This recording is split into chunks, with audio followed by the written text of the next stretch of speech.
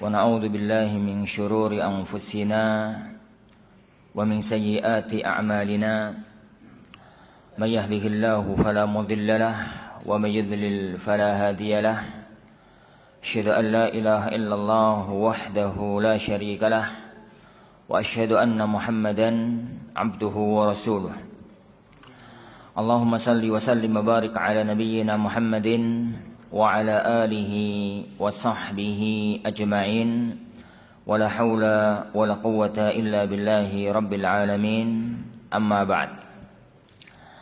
Jamaah kaum muslimin, jamaah kaum muslimah, ikhwani wa akhwati, para bapak, para ibu dan saudara-saudari sekalian yang semoga senantiasa dirahmati dan diberkahi oleh Allah Subhanahu wa taala.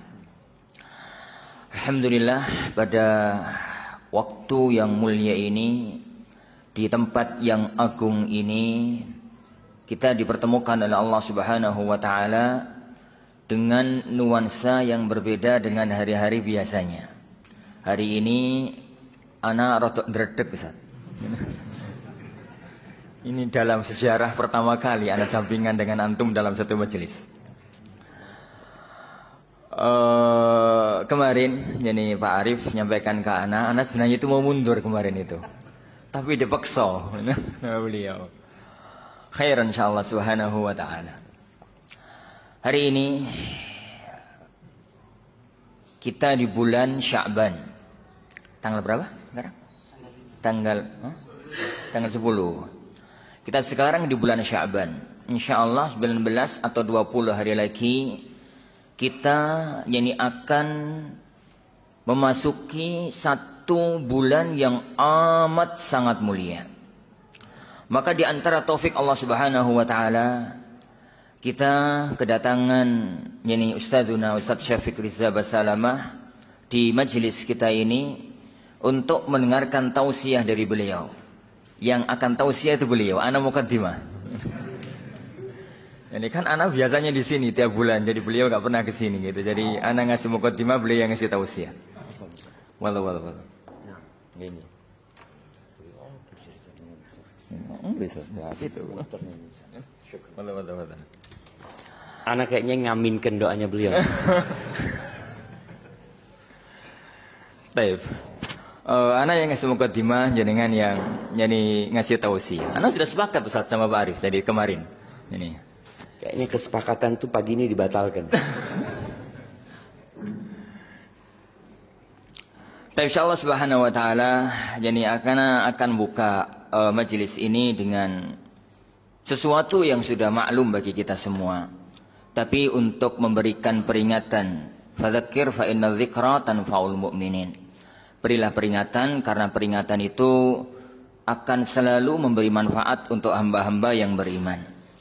Karena sifat manusia itu lalai. Jadi sering perlunya majelis untuk memperingatkan, untuk menasihati, tawasau bil haq wa tawasau bis sabr. Ana akan membuka majelis ini dengan keutamaan bulan Ramadan. Kayak apa keutamaannya sehingga perlu kita persiapkan jauh-jauh hari sebelumnya, sebelum kita memasuki tamu yang agung tersebut. Karena tamu itu tidak akan lama, hanya 1 bulan. Dan 1 bulan itu cepat. Tanggal 1 sampai tanggal 30, hari-hari itu akan lewat begitu saja apabila tidak dipersiapkan dengan sesuatu yang maksimal, tidak ditargetkan dengan amal yang maksimal. Maka hari-hari itu akan lewat dan kita tidak pernah tahu apakah Ramadan berikutnya nanti kita akan ketemu dengan bulan yang agung ini, ataukah Ramadan besok adalah Ramadan kita yang terakhir. Karena itu jamaah kaum muslimin yang dimuliakan Allah Subhanahu wa taala, ketahuilah bahwa bulan Ramadan itu adalah sebuah bulan yang dalam sejarah bangsa Arab itu bukan bulan yang diperhitungkan awalnya. Karena dalam hitungan 12 bulan itu ada 4 bulan mulia dan tidak termasuk Ramadan. Ngoten Ustaz. Ini kan anak ngaminkan aja iya gitu kan. Perhatikan firman Allah Subhanahu wa taala. Inna iddatasy syuhuri indallahi 12 syahran fi kitabillah yauma khalaqas samawati wal ard minha arba'atun hurum. Sesungguhnya hitungan bulan dalam setahun sejak Allah menciptakan langit dan bumi itu ada 12 bulan. 12 bulan itu, di antara 12 bulan itu ada 4 bulan yang haram, 4 bulan yang mulia, 4 bulan yang agung, 4 bulan yang sangat terhormat. 4 bulan itu apa para jamaah sekalian? 3 nyambung, 1 mencil. Mencil atau mencil itu? Misah gitu. 3 bulan nyambung, 1 bulan misah. 3 bulan nyambung itu Dzulqa'dah, Dzulhijjah, Muharram, Selok, Besar, Suro, istilah wong Jawa. Yang satu bulan misah, nggak rentetan dengan bulan sebelumnya, nggak rentetan dengan bulan setelahnya. Bulan Rajab, Ramadan tidak masuk dalam perhitungan.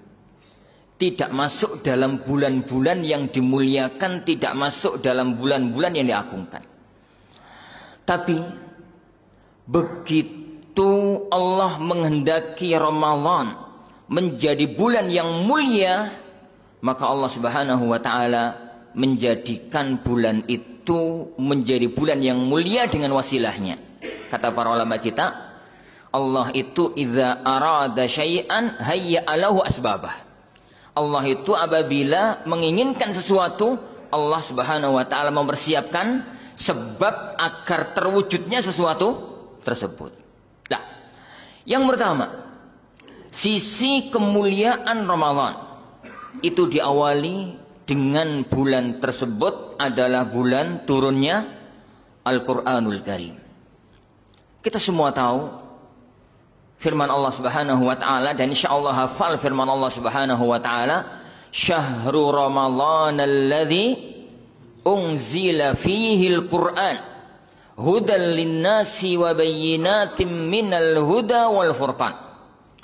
Syahrul ramadhan alladzi unzila fihi al-Qur'an, bulan Ramadan yang diturunkan padanya Al-Qur'an. Apa makna ayat ini? Kita semua tahu para jamaah sekalian, Al-Quran itu tidak turun selalu di Ramadan. Al-Quran itu turun di Ramadan, turun di Syawal, turun di Dzulhijjah, turun di Muharram, turun di bulan-bulan yang lain. Sepanjang 23 tahun, hitungan gampangannya, sepanjang 23 tahun. 13 tahun di kota Mekah, 10 tahun di kota Madinah. Banyak yang tidak turun di Ramadan, bahkan yang turun di Ramadan itu nggak banyak, tidak sebanyak yang turun di luar Ramadan. Lalu apa makna syahrul Ramadhan alladzi unzila fihi al-Qur'an? Bulan Ramadan yang diturunkan padanya Al-Qur'an. Ada 2 tafsir yang ditafsirkan oleh para ulama. Yang pertama, tafsir yang paling kondang adalah bulan Ramadan yang diturunkan padanya awal Al-Qur'an kepada Rasulullah sallallahu alaihi wasallam. Turun Al-Qur'an pertama kali kepada beliau sallallahu alaihi wasallam turun di bulan Ramadan. Tepatnya di malam hari, tepatnya di Lailatul Qadar. Inna anzalnahu fi lailatin mubarakah. Kami turunkan Al-Qur'an di sebuah malam yang penuh berkah. Inna anzalnahu fi lailatul qadar. Kami turunkan Al-Qur'an di malam Lailatul Qadar. Kalau kita gabung 3 ayat itu, maka kesimpulannya adalah Al-Quran itu turun di bulan Ramadan, di malam hari, tidak di siang hari, dan malam itu adalah malam Lailatul Qadar. Jadi malam Lailatul Qadar. Itu makna yang pertama. Makna yang kedua, makna ini disebutkan oleh sebagian para ulama, seingatan Abdullah bin Abbas dan yang lainnya dalam beberapa kitab tafsir, bahwa malam itu, malam Lailatul Qadar, malam di bulan Ramadan itu, yang turun pertama kali Al-Quran, sekaligus turun Al-Quran total 30 juz, 114 ayat, tapi turunnya tidak kepada Muhammad sallallahu alaihi wasallam. Turunnya dari Allah, dari Lauhul Mahfuz ke langit dunia, ke rumah Quran yang ada di langit dunia, namanya Baitul Izzah. Jadi bisa kita katakan bulan Ramadan yang turun padanya Al-Quran itu turun semua dari Allah ke Baitul Izzah. Adapun yang melewati masa 23 tahun, maka itu yang turunnya kepada Rasulullah Muhammad sallallahu alaihi wasallam. Al-Quran itu firman Allah, Tuhan yang maha mulia, Tuhan yang maha agung, Tuhan yang maha segalanya. Maka apapun dan siapapun yang bersaitan dengan Al-Quran pasti mulia. Jibril alaihi salatu wassalam dipilih oleh Allah untuk membawa Al-Quran dari Allah kepada Muhammad sallallahu alaihi wasallam. Maka Jibril menjadi malaikat yang paling mulia. Bulan Ramadan dipilih oleh Allah untuk menjadi bulan awal turunnya Al-Quran, atau bulan turunnya Al-Quran pertama kali ke langit dunia. Ramadan yang tidak pernah dilirik oleh bangsa Arab tatkala itu melejit tiba-tiba menjadi bulan yang paling utama, mengalahkan Rajab, mengalahkan Dzulqa'dah, mengalahkan Muharram, dan dalam mazhab sebagian besar para ulama mengalahkan Dzulhijjah. Kota Mekah yang dipilih oleh Allah menjadi tempat turunnya Al-Quran menjadi kota nomor 1 di muka bumi. Kota Madinah yang dipilih oleh Allah menjadi tempat turunnya Al-Quran menjadi kota haram kedua di muka bumi. Maka jamaah kaum muslimin, kaum muslimah yang dimuliakan oleh Allah, kalau kita kepingin menjadi orang yang mulia, dekatkan Al-Quran dengan diri kita, maka kemuliaan itu akan muncul. Khairukum man ta'allama al-Qur'ana wa 'allamah. Sebaik-baik kalian itu yang mengajarkan Al-Quran dan yang belajar Al-Quran dalam semua sisinya. Belajar membacanya, belajar maknanya, belajar hukumnya. Lihat ini ya, ini kebetulan ada di saku, Ustaz. Ini mushaf Al-Quran. Ini kebetulan tadi di saku. Ini mushaf Al-Quranul Karim 5 juz. Ini kertas ya, Juan. Ini kertas. Ya semua orang tahu juga ini kertas. Kertas itu bahan bakunya sama. Dari kayu. Kayu apa? Aku ya orang ngerti. Kayaknya dari leces ini. Pokoknya bahan bakunya kayu. Dicetak jadi koran, dicetak jadi buku tulis, dicetak menjadi buku apa? Buku pelajaran, dicetak menjadi apalah itu. Sebagiannya dicetak, dituliskan padanya ayat-ayat Allah Subhanahu wa taala. Lihat. Kertas yang dituliskan padanya ayat-ayat Allah Subhanahu wa taala, kedudukannya amat sangat mulia. Karena dia bersentuhan dengan Al-Qur'anul Karim. Sama-sama kertas jamaah, sama-sama kertas kaum muslimin. Kertas yang satu berwujud koran. Masih ada ya korannya? Ini, jangan-jangan setelah ada Android nggak ada koran. Ini, ada yang berwujud koran. Selesai dibaca hari itu, besok untuk bungkus bawang, bungkus kacang. Ada yang berwujud buku pelajaran, buku tulis. Selesai 1 tahun ajaran, dijual ke tempat rongsokan. Entah mau jadi apa. Bungkusnya kacang, bungkusnya jagung, bungkusnya nyanyi apa, lombok. Tapi kertas yang tertuliskan padanya Al-Quran, tidak ada orang berani menyentuhnya dengan kejelekan. Dia sobek, dia jatuh, nggak bisa disapu sembarangan. Harus diambil, diletakkan di tempat yang mulia. Tidak bisa ini diletakkan sembarangan. Ditaruh di saku belakang gitu. Ditaruh di mana? Apa bedanya antara kertas ini dengan kertas-kertas yang lain? Bedanya kertas ini tertuliskan padanya kalamullah azza wa jalla, firman Allah Subhanahu wa taala. Maka ana ulang, kalau mau menjadi mulia dan dimuliakan, sentuhlah Al-Quran, dekatlah dengan Al-Quran, karena orang itu semakin dekat dengan Al-Quran, maka dia akan semakin mulia di hadapan Allah Subhanahu wa ta'ala. Khairukum man ta'allamal Qur'ana wa 'allama. Al-Quran itu ajaib ya akhwan. Kelas hanya membacanya tok. Mau faham, mau tidak faham, pahalanya sangat agung. Man qara'a kitaballah falahu bikulli harfin hasanah, wal hasanatu bi asyri amsalha, wala taqulanna alif lam mim harf, walakin alimun harf, walamun harf, wa mimun harf. Barang siapa membaca kitabullah, maka per hurufnya dia mendapatkan satu kebaikan, dan satu kebaikan berbalas 10 pahala. Jangan engkau katakan alif lam mim satu huruf, tapi alif satu huruf, lam satu huruf, mim satu huruf. Jangan katakan, yani kenapa kok Rasulullah SAW itu membuat contoh alif lam mim, nggak membuat contoh alhamdulillahi rabbil alamin? Karena alif lam mim itu dibuat contoh yang paling enak, karena maknanya tidak diketahui dengan pasti. Makna alif lam mim itu yang pertama. Jadi Ramadan menjadi bulan yang melejit, menjadi bulan yang utama, menjadi bulan yang agung. Padahal sebelumnya tidak pernah dikenal oleh sejarah, tidak pernah diperhatikan oleh manusia, karena bulan itu Allah pilih menjadi bulan turunnya Al-Quran.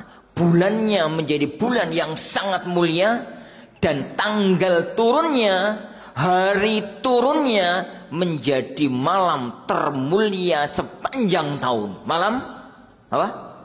Lailatul Qadar. Kalau begitu malam turunnya Al-Quran itu malam berapa nggih? Kok 17 Ramadan jadi malam Lailatul Qadar? Nah itu nanti Ustaz Syafiq yang bahas. Ini anak gak sebahas itu. Gak jadi Ustaz. Melenceng dari tujuan kalau bahas itu. Karena nanti membahas khilaf yang agak panjang dikit. Jadi melenceng dari tujuan, gak jadi. Itu aja lah. Untuk PR ya. Jadi PR, kok bisa 17 Ramadan diklaim sebagai malam nuzulul Quran? Padahal Allah tegas mengatakan malam nuzulul Quran itu apa? Lailatul Qadar. Padahal kita tahu Lailatul Qadar itu di 10 hari terakhir, dan 17 Ramadan itu bukan 10 hari terakhir. Yang bisa jawab panitia kayaknya dia kan. Pulang duluan. Pulang duluan. Yang bisa jawab pulang duluan. Insyaallah. Jamaah yang dimulakan Allah Subhanahu wa taala, anak enggak berpanjang Ustaz. Nyantai aja.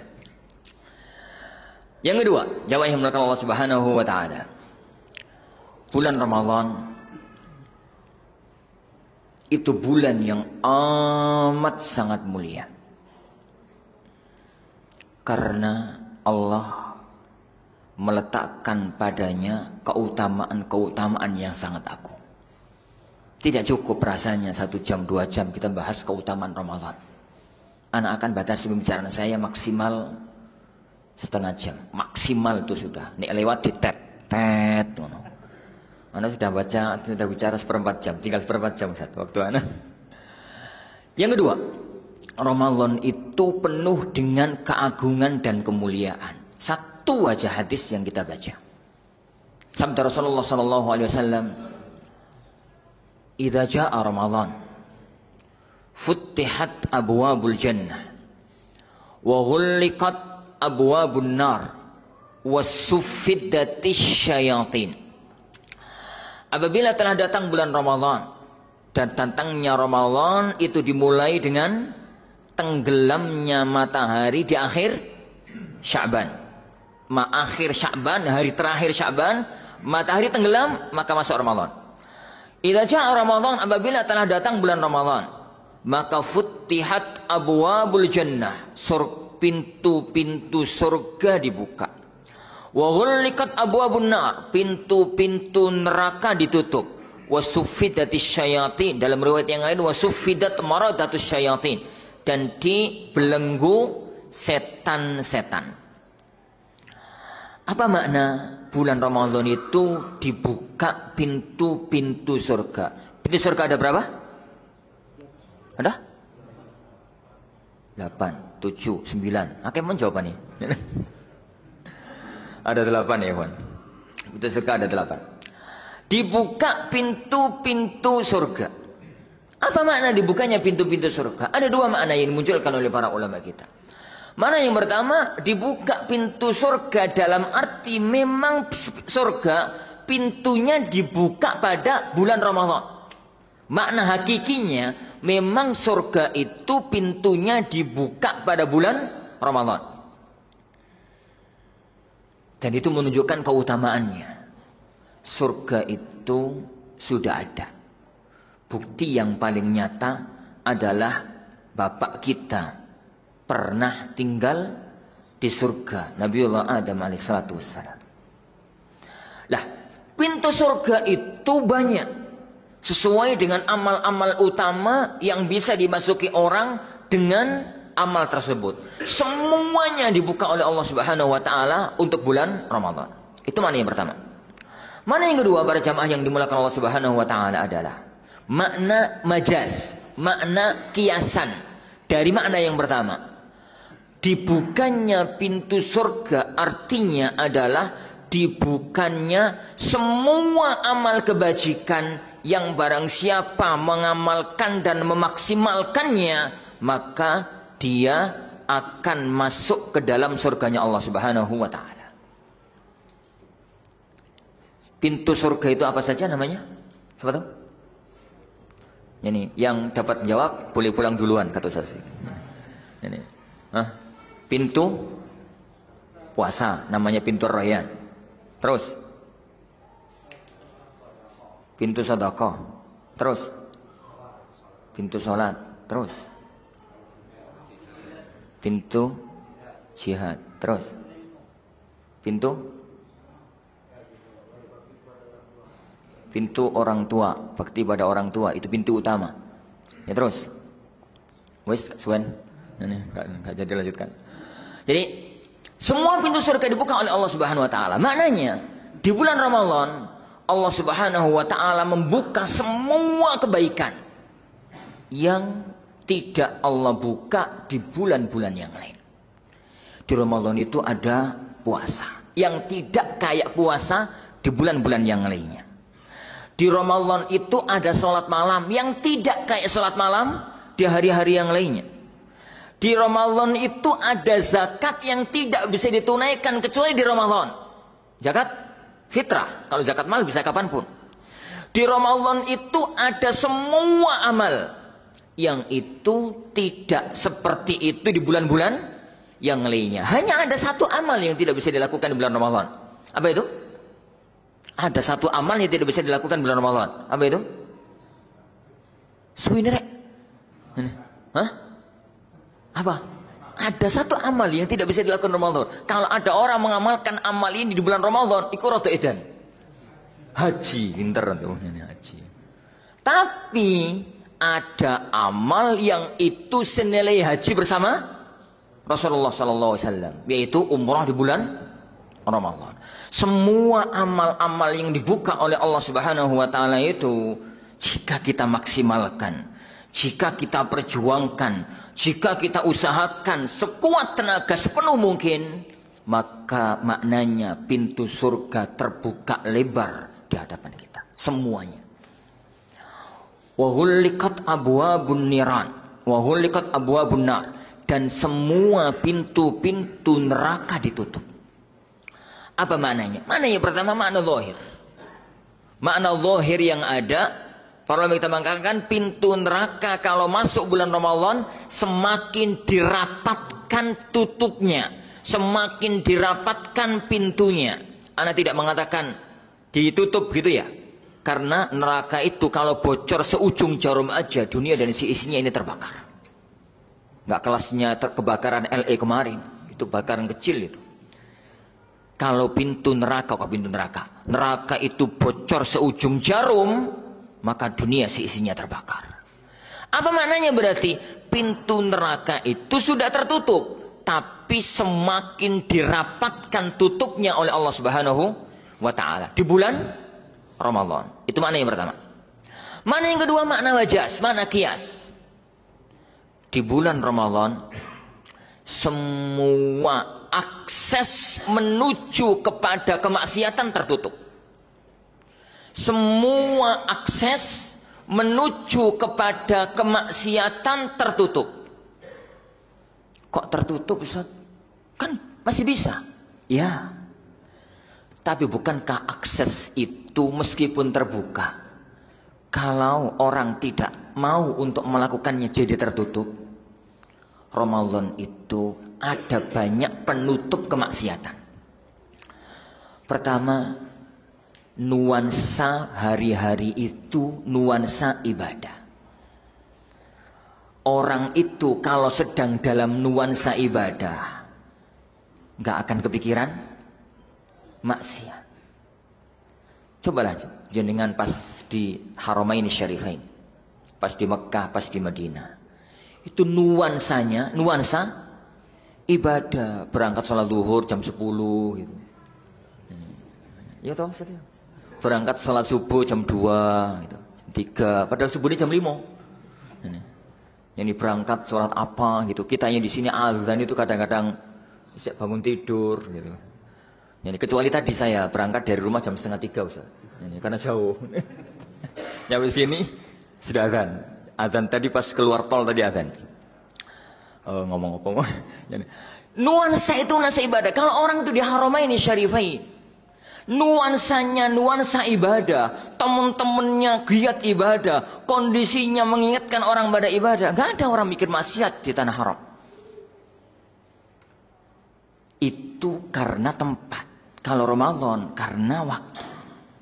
Nuansanya nuansa ibadah. Yang kedua, orang tertahan untuk melakukan kemaksiatan karena kondisi. Siangnya lapar sedang puasa, malamnya sibuk dengan salat tarawih dan tadarus Al-Quran. Sehingga orang itu kalau sudah tersibukkan dengan sesuatu, dia akan lalai dari yang lain. Itu kodrat Allah di muka bumi. Dan itu makna dari ditutupnya pintu-pintu neraka. Karena orang itu tertutup dari melakukan amal kemaksiatan. Yang kalau memang orang itu tertutup dari melakukan amal kemaksiatan, maka dia akan tertutup dari masuk ke nerakanya Allah Subhanahu wa ta'ala. Memang para jamaah yang dimuliakan Allah Subhanahu wa ta'ala, masuk surga itu murni rahmat Allah. Masuk neraka kok masuk neraka? Tidak masuk neraka itu juga murni rahmat Allah Subhanahu wa ta'ala. Tapi rahmat Allah tidak Allah berikan sembarangan. Rahmat Allah Allah berikan kepada orang yang layak.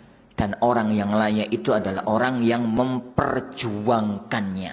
Perjuangannya adalah dengan memaksimalkan ibadah, dengan memaksimalkan meninggalkan perbuatan-perbuatan maksiat. Yang ketiga, ini disebutkan oleh Rasulullah SAW dalam hadis yang mulia tadi, wasuffidatis syayatin, dan setan-setan itu dibelenggu.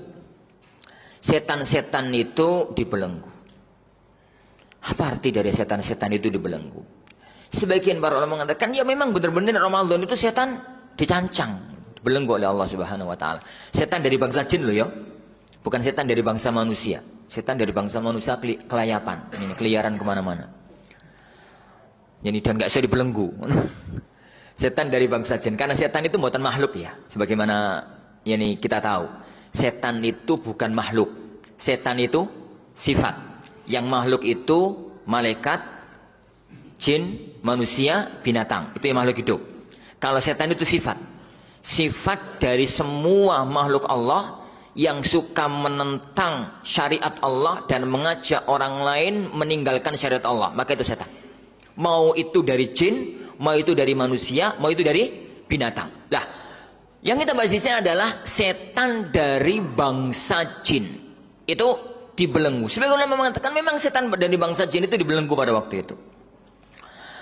Sebagian ulama yang lain, dan itu makna yang kedua, makna dibelenggunya setan adalah setan itu pada waktu Ramadan tidak leluasa untuk menggoda anak manusia berbuat kemaksiatan. meninggalkan kewajiban. Kenapa? Kembali kepada makna yang kedua. Dan makna yang pertama, karena di bulan Ramadan orang tersibukkan dengan ibadah, orang tersibukkan dengan amal kebajikan, dan setan tidak punya ruang untuk memaknainya, untuk menggodanya, untuk menggelincirkannya dari jalan kebaikan. Itu salah satu di antara keutamaan, salah satu di antara keagungan Ramadan. Yang ketiga dan terakhir, para jamaah yang dimuliakan Allah Subhanahu wa taala, Ramadan itu masih kaitannya dengan yang pertama tadi, menjadi bulan yang paling mulia karena di dalamnya terdapat malam yang tiada tara. Malam Lailatul Qadar. Malam ini adalah anugerah untuk kita umat Islam, umatnya Muhammad sallallahu alaihi wasallam. Kenapa? Umat kita itu dibatasi oleh Allah normalnya ya 60 sampai 70 tahun. A'maru ummati ma baina 60 ila 70. Umurnya umatku itu antara 60 sampai 70 tahun. Wa qalla man tajawaza dzalik. Sangat sedikit umatku itu yang melewati 70 tahun. Kalau kita lihat umurnya baginda Rasulullah sallallahu alaihi wasallam 63. Umurnya Abu Bakar 63, umurnya Umar 63, umurnya Aisyah 63. Dan banyak para sahabat yang umurnya 63. Maka selewat 63 itu siap-siap. Ini kak ngongkon loh ya. Ini siap-siap. Maka sebagian di antara para sahabat itu tatkala memandang umurnya Nabi Nuh, umurnya umat-umat yang terdahulu, kita tahu umurnya Nabi Nuh dan itu pula umurnya umat manusia pada waktu itu rata-rata. Umurnya Nabi Nuh itu 950 tahun. 950 tahun itu umur beliau atau umur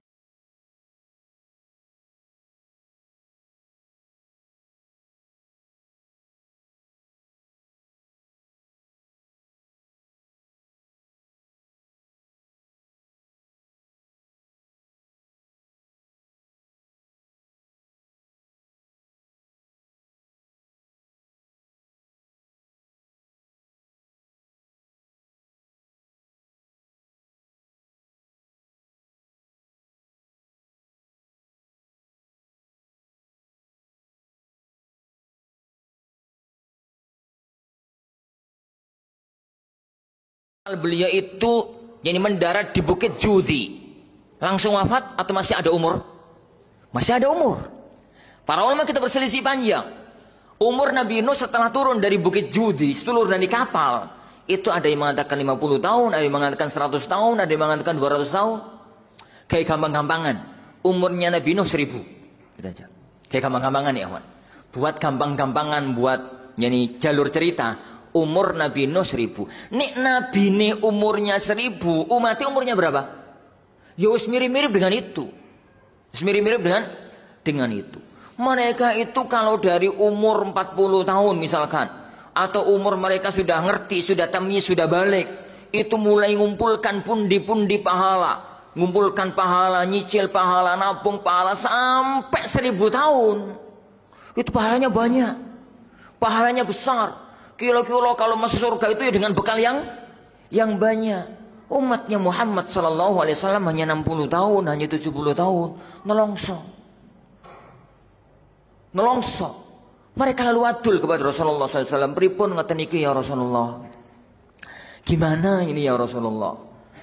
Maka Allah Subhanahu wa taala memberikan hadiah kepada umat Islam ini yang tidak Allah berikan hadiah kepada umat-umat yang sebelumnya.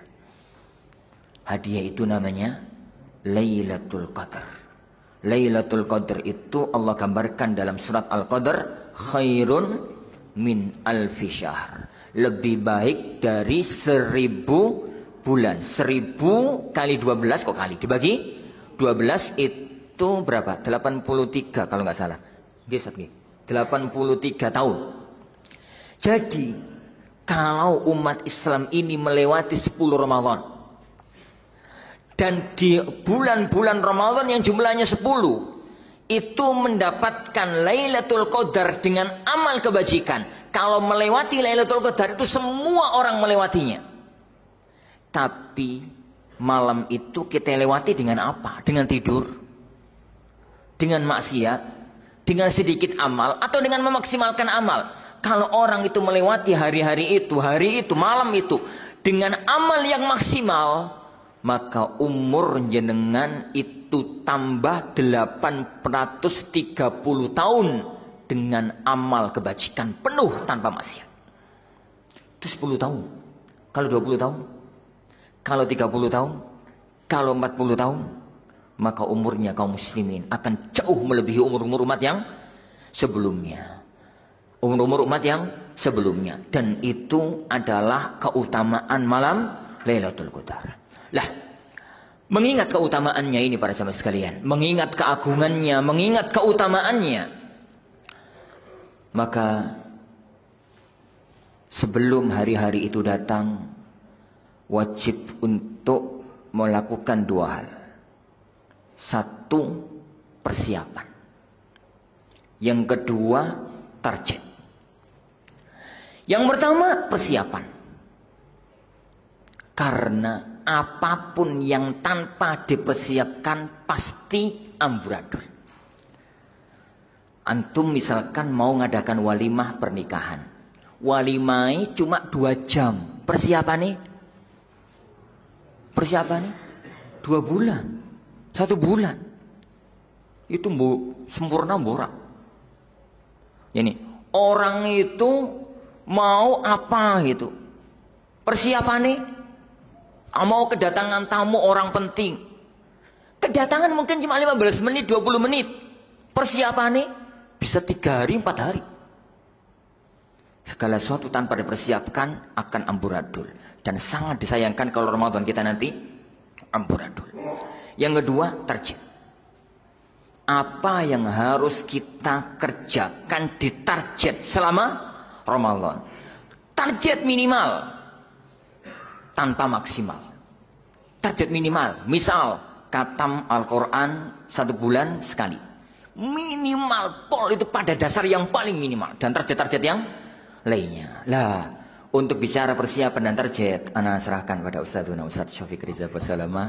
Monggo barakallahu fikum. Ana kan mau ke Ustadz, jadi cukup pada titik yakni keutamaan dan apa yang harus dilakukan. Adapun persiapannya apa, targetnya apa, monggo beliau yakni hafizahullah untuk menyampaikan materi berikutnya insyaallah. Wallahu alam, sallallahu wasallam baraka Nabi Muhammad.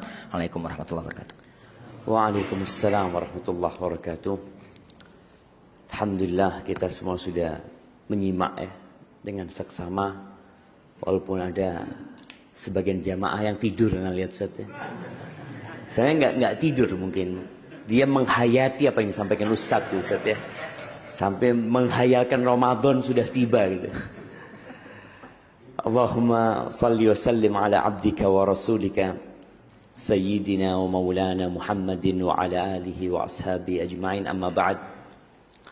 Yang pertama, ana berbahagia sekali bisa duduk bersama beliau hafizahullah ta'ala, dan antum juga mendengar betapa banyak ilmu yang beliau sampaikan. Cuma memang yang nyatet sedikit. Mungkin itu kelebihan orang-orang di Pasuruan ini. Jadi dia dengar sekali hafal. Apa memang seperti itu? Saya kan rutin di sini. Kalau anak ngajinya itu kan ngaji kitab, Ustaz. Jadi banyak yang nyatet kalau pas. Kalau ngaji kitab, umum, Ustaz, ya. Malah ngaji kitab nyatet, Ustaz ya. Ngaji kayak gini cuma di rumah tok, Ustaz. Allahu Akbar. Nah, persiapannya adalah hari ini nih. Apa yang tadi disampaikan oleh Ustaz Ahmad Sabik, itu persiapan. Teman-teman DKM Masjid Solihin mengadakan acara ini, itu salah satu bentuk persiapan. Tapi kita sedih sebenarnya jemaah, karena dari 230 juta penduduk Indonesia ini, apakah mereka mempersiapkan diri untuk Ramadan atau tidak? Rasul sallallahu alaihi wasallam di bulan Ramadan, di bulan Sya'ban ini, beliau puasa hampir full, hampir full. Dan ketika beliau ditanya tentang bulan Sya'ban ini, beliau mengatakan dzaka syahrun yaghfalu anhu nas. Itu bulan yang dilalaikan oleh manusia. Tadi Ustaz Ahmad menjelaskan bahwasanya ada 4 bulan yang diagungkan oleh Allah Azza wa Jal sejak penciptaan langit dan bumi. Dan bangsa Arab pada waktu itu juga mengagungkan bulan itu. Yaitu bulan yang bisa jawab pulang duluan. Kalau anak di kelas kan pulang duluan seneng. Ya. Kalau di sini pulang duluan nelongso dia. Yang pertama bulan apa? Rajab. Yang baru saja kita lewati. Kemudian Dzulqa'dah, Dzulhijjah, dan Muharram. Kemudian tadi dijelaskan pula bahwasanya Allah menjadikan bulan Ramadan bulan yang mulia. Karena ada sebab-sebab yang Allah sudah tetapkan. Diturunkannya Al-Quran, diwajibkannya puasa di bulan Ramadan ini. Ada satu bulan yang kejepit sekarang. Di antara Rajab yang dimuliakan oleh Allah Azza wa Jalla dan dimuliakan oleh bangsa Arab pada waktu itu, dan bulan Ramadan yang Allah muliakan dan dimuliakan oleh umat Islam. Karena kalau yang nggak Islam nggak akan memuliakan bulan Ramadan. Yaghfalu anhun nas, lalai kita. Dan kelalaian itu ada di masa Nabi SAW. Padahal di masa itu orang-orang Arab itu yang dihafal hanya bulan-bulan Qamariyah. Sekarang umat Islam hafal nggak bulan-bulan Qamariyah? Kita tes ya Mak ya. Nah, antum. Masya Allah. Coba sebut bulan-bulan Islam. Anda hafal kan? Nah, antum. Muharram, Safar, Rabiul Awal, Rabiul Awal, Rabiul Akhir, Jumadal Ula, Jumadal Akhir, Rajab dan Sya'ban, Ramadan, Syawal, Dzulqa'dah, Dzulhijjah. Kayaknya ngafalkan anaknya. Iya ini, gara-gara ngajari anak ini, bapak ini. Iya, artinya sekarang generasi yang seumur anak mungkin ya, mungkin nggak menghafal. Kecuali kalau dia ngajarin anaknya. Tapi generasi anak-anak kita alhamdulillah. Anak lihat mereka diajarin dan mereka menghafal, namun anak takut lulus SD mereka lupa. Kalau orang tuanya tidak mengamalkan. Baik, apabila di masa itu lalai, bagaimana dengan masa sekarang? Masa itu masa generasi terbaik umat Islam. Mereka lalai. Dan di bulan itu kata Nabi SAW, turfa'u fihil a'malu ila rabbil alamin. Dan di bulan itu amalan diangkat menuju kepada Allah Azza wa Jalla Rabbul Alamin. Fa'uhibbu ayyurfa'a amali wa ana sha'im. Aku ingin amalanku diangkat dalam kondisi aku berpuasa. Maka persiapan pertama ya mengagungkan bulan Sya'ban. Mengingatkan orang dengan bulan Sya'ban. Dan persiapan Ramadan itu sebenarnya 6 bulan sebelumnya. Bagaimana diceritakan bahwa para salafus saleh itu 6 bulan sebelum Ramadan doanya sudah Allahumma ballighna Ramadan. Allahumma ballighna Ramadan. Senang jemaah. Jadi tumbuhkan di hati kita ini kegembiraan dengan bulan Ramadan. Ada sebagian yang tanya, Ramadan kurang pirang dino? Saulan meneh. Astagfirullah. Jadi semakin mendekat ke Ramadan, semakin khawatir Ustaz. Ndak iso mangan meneng, ndak iso sarapan, ndak iso ini iku. Bahkan orang menjadikan bulan Sya'ban bulan kuliner. Dia bagaimana ini sarapan terakhir jemaah. Besok Ramadan. Loh, kok sarapan terakhir? Maka ahibati fillah, persiapan pertama adalah dia memperbanyak puasa di bulan Sya'ban ini. Rasul sallallahu alaihi wasallam itu istrinya berapa? 9.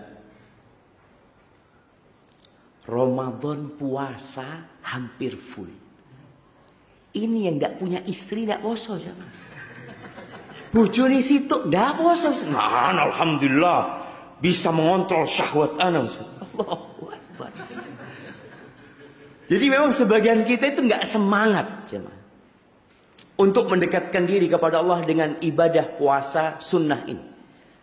Tadi Ustadz Sabik juga menjelaskan bahwasanya ada 8 pintu surga yang salah satu pintunya adalah Ar-Rayyan. Pintu buat orang-orang yang rajin puasa sunnah.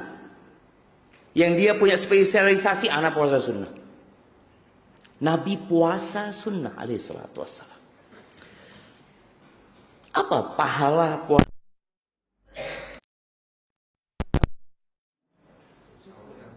Dapat apa? Nah, spesial pahala puasa ini. Kalau semua amalan itu ada perhitungannya. Salat, sedekah, umroh, haji, baca Quran tadi disebutkan oleh Ustaz Ahmad Sabik bahwasanya satu huruf, satu kebaikan dilipat gandakan jadi 10. Jelas, illa siyam fa innahu li, kecuali puasa. Kata Allah Azza wa Jalla, itu milik aku. Ibadah puasa ini milik Allah Azza wa Jalla. Wa ana ajzi bihi, aku yang akan kasih balasan. Perhitungannya sama Allah. Kenapa? Yada'u ta'amahu wa syarabahu wa syahwatahu min ajli. Ibadah puasa itu ibadah meninggalkan. Meninggalkan apa? Meninggalkan yang halal. Bayangin. Orang itu meninggalkan makannya, minumnya, syahwatnya. Istrinya lewat, dia tundukkan pandangan. Loh, apa bojomu ini?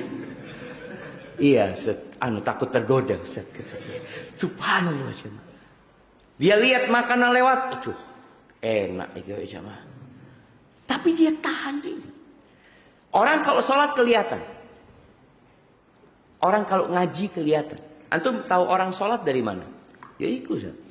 Ruku, sujud, kelihatan dia sholat. Puasa, kelihatannya apa? Ikut turu poso kok nggak ada. Jadi apa orang yang lemes itu tandanya dia puasa? Nggak ada. Enggak, bibirnya kering, kayaknya puasa. Orang puasa itu ibadah meninggalkan. Ngaji kita tahu.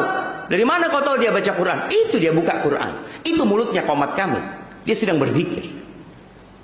Tahu dari mana dia umroh? Loh, itu loh status gitu. Sedang berada di Mekah. Tapi ada nggak orang status bikin status sedang puasa? Sambil fotonya lemes ya, sedang puasa. Jangan. Tidak bisa puasa itu ditunjukkan. Kecuali orang mau riya. Riya pun orang belum tentu percaya. Anak sedang puasa. Enggak, wah segering. Jadi orang ngomong puasa pun kadang-kala nggak dipercaya. Memang itu ibadah meninggalkan. Subhanallah. Dia di kamarnya sendiri. Ada minum, dia tinggalkan. Maka dalam sebuah hadis Nabi SAW mengatakan, man shoma yawman fi sabilillah. Barang siapa yang berpuasa 1 hari di jalan Allah. Ada 2 penafsiran para ulama ya. Fi sabilillah artinya dalam perjalanan jihad menuju kepada peperangan melawan musuh. Yang kedua, di jalan Allah. Dia niat lillahi ta'ala. Apa yang Allah akan berikan kepada dia? Allah akan jauhkan wajahnya dari api neraka 70 tahun. Kita semua akan lewat neraka loh. Semuanya akan lewat neraka. Mereka yang masuk surga tanpa hisab, tanpa azab, tetap lewat neraka. Para nabi pun melewati sirat yang berada di atas neraka jahanam. Puasa ini salah satu amalan yang menjauhkan kita dari api neraka. Puasa itu termasuk amalan yang tidak ada yang menandinginya. Ketika salah seorang sahabat datang kepada Nabi SAW minta amalan. Apa kata Nabi SAW? Alaika bisiyam fa innahu la ya'diluhu syai'. Muka puasa. Nggak ada yang menandingi puasa. Para pemuda ketika disuruh nikah, ya ma'syaras syabab man istata'a minkumul ba'a falyatazawwaj. Barang siapa yang mampu hendaklah menikah. Kenapa disuruh menikah? Kenapa jemaah? Karena bisa menundukkan pandangan, menjaga kemaluan, ya. Terus kalau yang nggak bisa,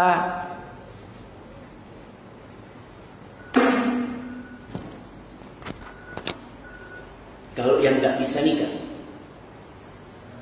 puasa. Tapi Ustaz, bagaimana kalau satu nggak cukup Ustaz? Sudah nikah tapi merasa syahwatnya belum terkendali. Apa yang dilakukan? Zuat lagi. Berani zuat lagi. Tapi subhanallah, zuat lagi. Mungkin dia zuat lagi, mungkin dia zuat lagi. Tapi syahwatnya tetap harus dikendalikan. Rasulullah SAW tadi punya istri 9, puasanya banyak di bulan Sya'ban. Dan orang ketika membiasakan diri di bulan Sya'ban dengan puasa, masuk Ramadan, semua fadilah tadi yang disebutkan oleh Ustaz Ahmad Sabik, dia bisa berlomba-lomba dengan yang lain. Tapi kalau orang baru mulai puasa di awal Ramadan, apa yang terjadi? Lemes biasanya jamaah. Awal Ramadan, habis subuh, turu jamaah. Bangun sebelum zuhur, alhamdulillah kata dia. Jadi yang mau baca Quran, yang mau memperbanyak zikir, sulit dia lakukan itu. Makanya banyak orang puasa di bulan Ramadan pun kadang-kala syahwatnya belum bisa dia kontrol. Dia hanya puasa antara asar sama maghrib. Dan sebelum maghrib apa yang dia pikirkan? Padahal sebelum maghrib ada doa yang mustajab di situ, ya. Doanya orang puasa itu juga mustajab. Ketika dia mau berbuka ada doa di sana. Dia sibuk keliling nyari bukoan. Apa bahasanya di Pasuruan ini? Berburu takjil. Keliling Mbak, habis asar ya. Izin sama istrinya. Kemana bang? Nyari malam. Dia nyari malam, Ustaz. Keliling, Ustaz. Kenapa ternyata malam ketemu di rumahnya, Ustaz. Loh, wis malam di sini. Dia bawa semua yang hendak dia makan. Maka tolong target yang disebutkan oleh Ustaz Ahmad Sabik itu dicatat dari sekarang. Rasulullah SAW waktunya puasa, apa yang beliau makan jamaah? Apa? Rutop kalau ada. Kalau nggak ada rutop, kurma. Nggak ada kurma, minum air jamaah. Setelah itu berangkat sholat. Maka usahakan mulai Ramadan ini berbuka rutop. Alhamdulillah sekarang Masya Allah ya. Di masa Nabi SAW, kenapa para sahabat menyebutkan beliau berbuka rutop? Karena rutop tidak selalu ada. Tapi di masa kita sekarang, sepanjang tahun rutop itu ada. Itu nikmat yang tidak dirasakan Rasul SAW dan para sahabatnya. Ada freezer yang rutop itu bisa bertahan. Kalau enggak, kurma kering. Maka makan rutop, soli terus. DKM ini ngadakan buka bersama Ramadan. Sudah. Buka rutop, soli. Kayaknya nggak ada yang buka di sini. Anda berbuka rutop, sholat. Habis sholat mau yukul. Dan subhanallah. Sekarang mereka yang meneliti bagaimana orang ketika puasa terus berbuka rutop ya.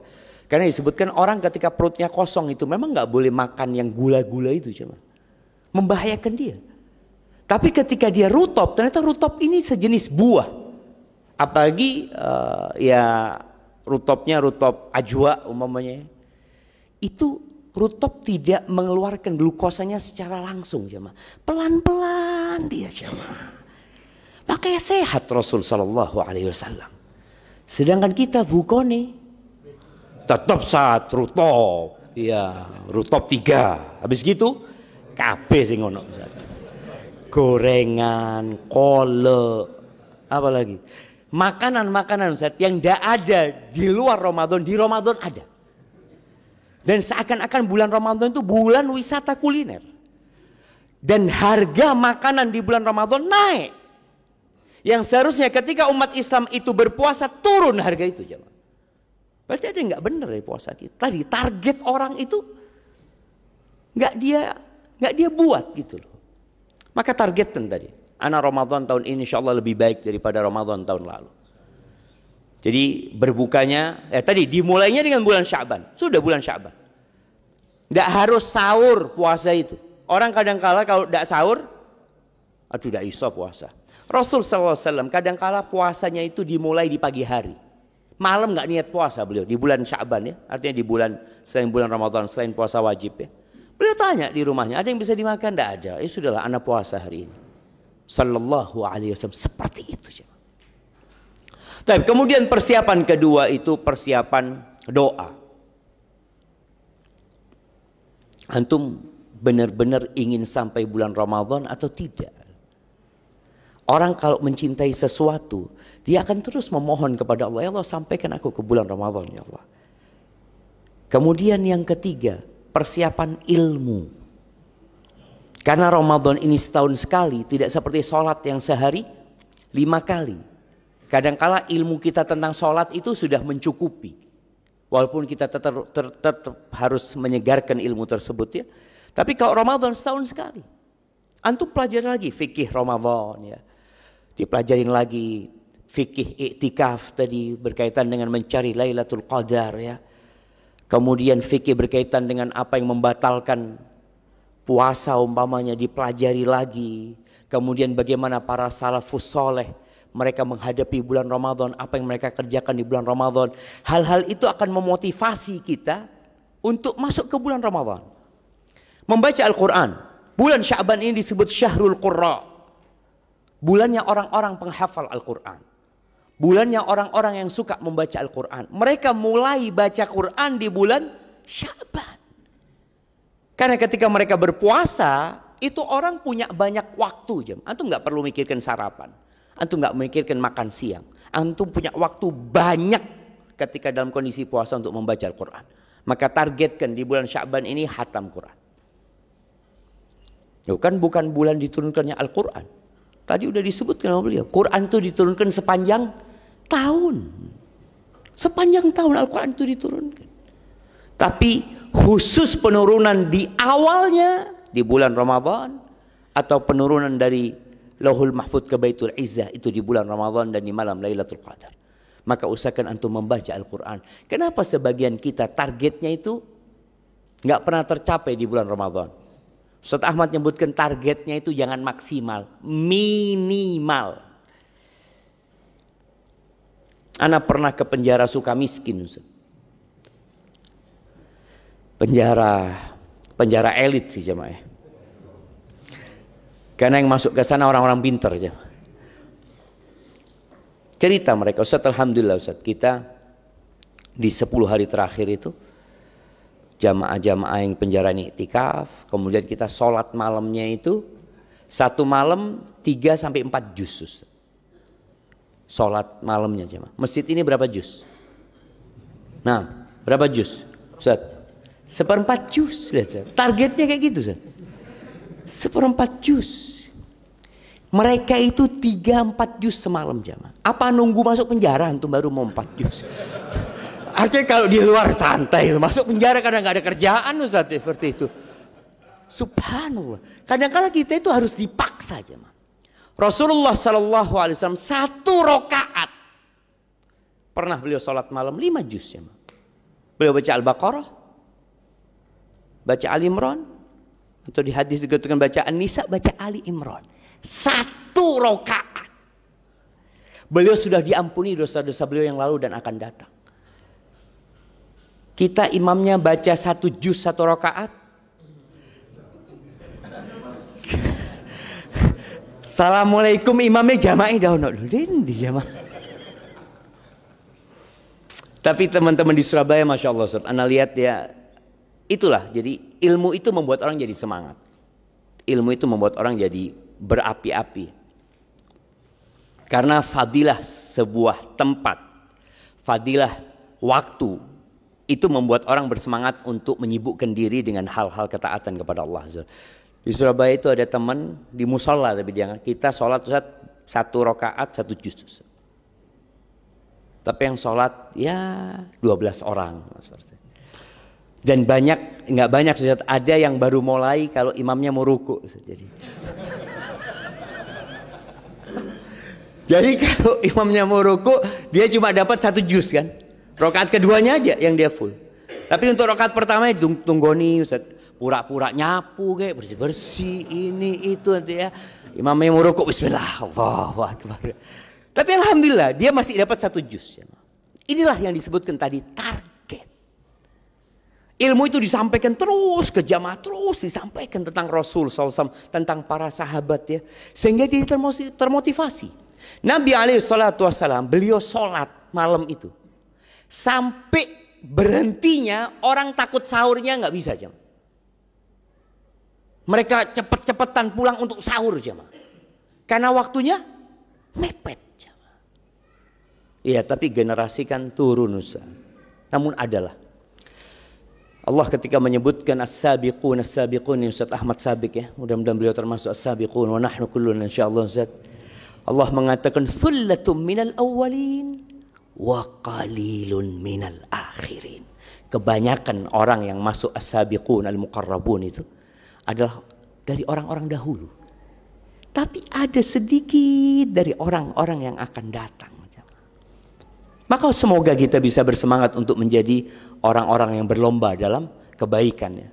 Maka usahakan tadi target masjid dinaikkan ya. Tiap tahun tadi bukan tetap seperti itu. Alhamdulillah masjid itu banyak jemaah.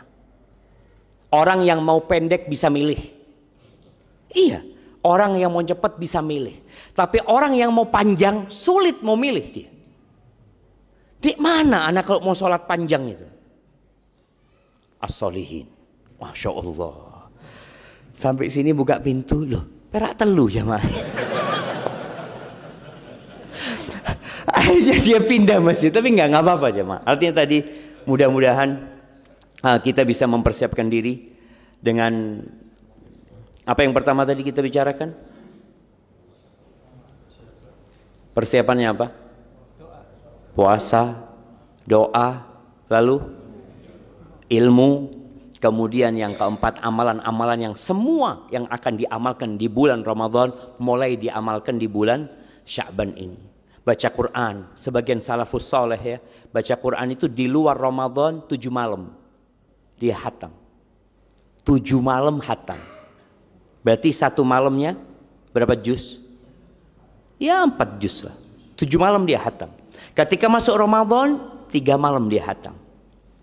Prosesnya itu jelas. Ketika masuk 10 hari terakhir, tiap malam dia hatam. Tidak mungkin. Kita itu kalau ngelihat orang ngangkat beban, kadang-kala kita ngelihat orang ngangkat beban 400 kilo. Gerakan deadlift dia angkat. Loh, kuati wong iki. Kita lihat nyata. Cuma antum tidak pernah melihat bagaimana proses dia menuju ke sana. Kita ingin langsung seperti itu, ya nggak mungkin, nggak mungkin. Antum nggak pernah olahraga, nggak pernah angkat beban, tahu-tahu antum mau seperti nggak mungkin. Maka perlu proses. Kita punya waktu 20 hari prosesnya. Mungkin 20 hari ini kita tadi yang kalau targetnya anak paling nggak Ramadan hatam 5 kali. Berarti kalau 5 kali berapa hari sekali antum hatam? Antum itu. Kemudian antum bikin target anak insya Allah Ramadan mau bikin takjil buat tetangga-tetangga. Paling tidak sehari 10 anak bagikan ke tetangga-tetangga. Karena memang man fattara sha'iman falahu mithlu ajrih. Orang yang memberikan buka kepada orang yang puasa, dia akan dapat pahala seperti yang puasa. Oh insya Allah anak akan beli kurma lah insya Allah 10 kilo. Anak bungkusin 1 kilo, anak bagikan ke tetangga-tetangga. Jadi ada target. Apalagi yang antum mau targetkan, anak mau umrah insya Allah di bulan Ramadan ini. Untuk mendapatkan tadi, ini amalan yang tidak bisa diamalkan di Ramadan cuma 1 haji. Tapi Ustaz Ahmad Sabiq jelaskan ternyata walaupun amalan itu tidak bisa diamalkan kecuali di bulan haji, di bulan Ramadan ada umrah yang seperti haji, bahkan haji bersama Rasul sallallahu alaihi wasallam. Targetkan dah, anak mau umrah. Kalau tahun ini mungkin enggak, tahun depan anak mau nabung, anak mau umrah di bulan Ramadan. Tapi kalau antum hidup tanpa target jamaah, ya antum ya alladhifi Insya Allah Ustaz, jangan berlebih-lebihan dalam beragama Ustaz. Kita biasa-biasa aja. Enggak, target itu target tidak berlebih-lebihan. Target yang utama, khususnya yang beliau jelaskan tadi, Lailatul Qadar. Orang kalau targetnya jelas, insya Allah 10 pertama aku akan ini, 10 kedua aku akan ini, 10 terakhir tutup toko. Mampu tutup toko antum jemaah? Ustaz. Ya Ustaz, tutup toko Ustaz.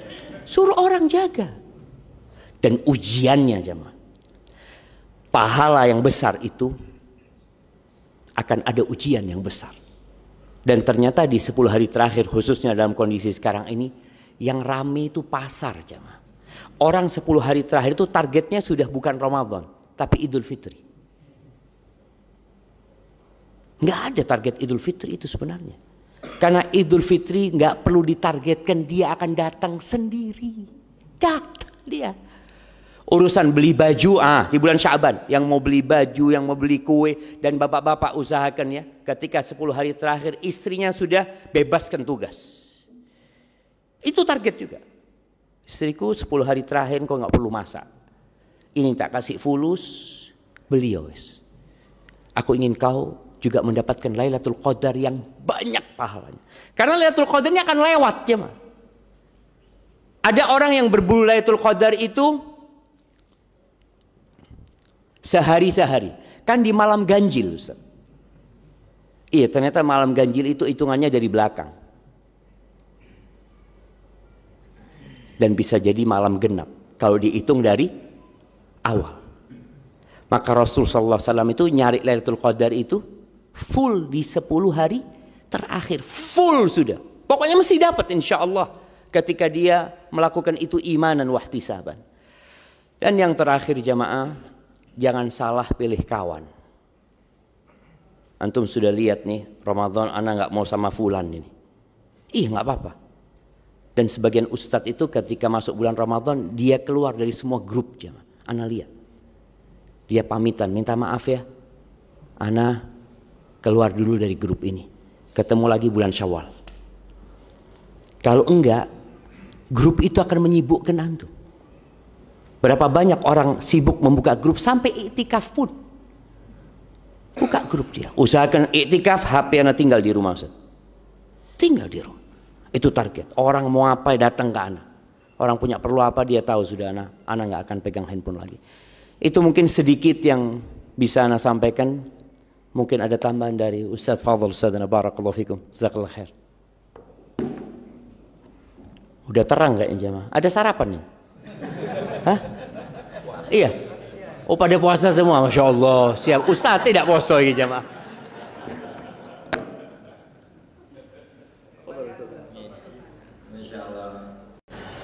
Jazakumullah khair Ustadzuna Ustadz Syafiq Riza. Ini basalama atas yang ilmu yang mulia yang beliau paparkan berkaitan dengan persiapan kita dan target kita di bulan Ramadan yang akan datang ini insya Allah. Dan ingat ya, yang disampaikan oleh beliau tadi, target itu nggak target maksimal, target minimal. Jadi targetnya itu target minimal, ada nilai minimal. Kalau di bawah itu berarti Ramadan kita bermasalah. Ini berarti Ramadan kita itu bermasalah. Tapi cukup apa ada tanya jawab? Ada tanya jawab ya. Sampai jam berapa nih Ustaz? Ini. Monggo kalau ada 1-2 pertanyaan, ini monggo disampaikan. Tapi karena nyampaikan materi beliau, jadi pertanyaannya ke beliau bukan ke ana. Ini anak kan bukan di mana tadi? Ana lihat mereka sudah lapar semua, tidak lapar ngantuk Ustaz. Terus pinter kabeh Ustaz kayak orang-orang sih. Ya karena tidak ada pertanyaan, ana persilahkan Ustaz Sabik untuk menutup. Kan beliau yang membuka, beliau yang menutup. Baik, alhamdulillah. Alhamdulillah, jadi atas nikmat majelis yang agung ini, kita di majelis ini bersamai oleh Ustadzuna Ustadz Syafiq Basalamah. Ini semoga majelis kita adalah majelis yang berbarokah, mendapatkan ilmu yang manfaat, yang insya Allah subhanahu wa ta'ala berbuahkan amal yang soleh, terutama untuk menghadapi hari-hari keesokan harinya kita telah menghadapi Ramadan insyaallah subhanahu wa ta'ala. Dan ini pentingnya majelis-majelis ilmu para ikhwah yang dimulakan Allah subhanahu wa ta'ala. Jadi majelis ilmu itu kalau ana sering membahasakan itu dua. Majelis semacam ini majelis ngecas iman Ustaz. Jadi majelis untuk menyemangati itu. Majelis-majelis takbil akbar. Yang kedua adalah majelis taksil. Majelis yang memang untuk memapankan ilmu syar'i, dan majelis itu tidak ada di majelis tabligh akbar. Majelis itu adanya di ngaji rutin, adanya di ngaji rutin. Jadi maka ini jenengan semua semangat di dua titik. Titik ngaji tabligh akbar karena orang itu butuh ngecas iman. Jadi butuh untuk nyemangati diri, butuh untuk apa? Tapi sekali lagi untuk taksil ilmu itu tidak bisa didapatkan kecuali dengan jadi ngaji ngajurit. Terus mirip-mirip beginilah. Jadi anak itu misalkan ini pernah jaring itu diminta misalkan untuk taklim tentang jenazah. Pokoknya sehari Ustaz dari jam 8 sampai asar tuntas. Nah, aku ya ketawa Ustaz.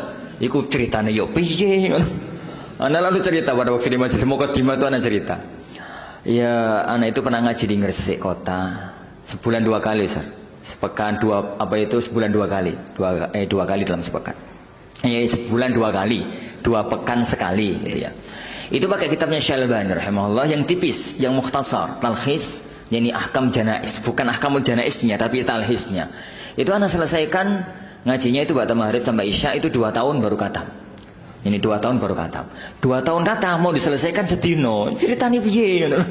Ceritanya itu bagaimana gitu loh. Jadi ya gambarnya adalah semacam itu. Mudah-mudahan jadi kita semuanya mendapatkan keberkahan ilmu, yani baik yani ilmu-ilmu yang datang di majelis-majelis semacam ini maupun ilmu-ilmu yang itu adanya di taklim-taklim harian, taklim-taklim rutin siapapun itu yang mengajar. Insyaallah subhanahu wa ta'ala ini majelis kita. Yani semoga Allah subhanahu wa ta'ala yani sebagaimana mempertemukan kita di masjid yang mulia ini di waktu yang berbarokah ini, maka kita mengharap kepada Allah semoga Allah subhanahu wa ta'ala juga mempertemukan kita nanti di surganya yang penuh dengan kenikmatan insyaallah. Kita akhiri majelis kita. Subhanakallahumma bihamdik asyhadu an la ilaha illa anta astaghfiruka wa atubu ilaik. Wa sallallahu wa sallama wa baraka nabiyina Muhammad. Assalamualaikum warahmatullahi wabarakatuh. Waalaikumsalam.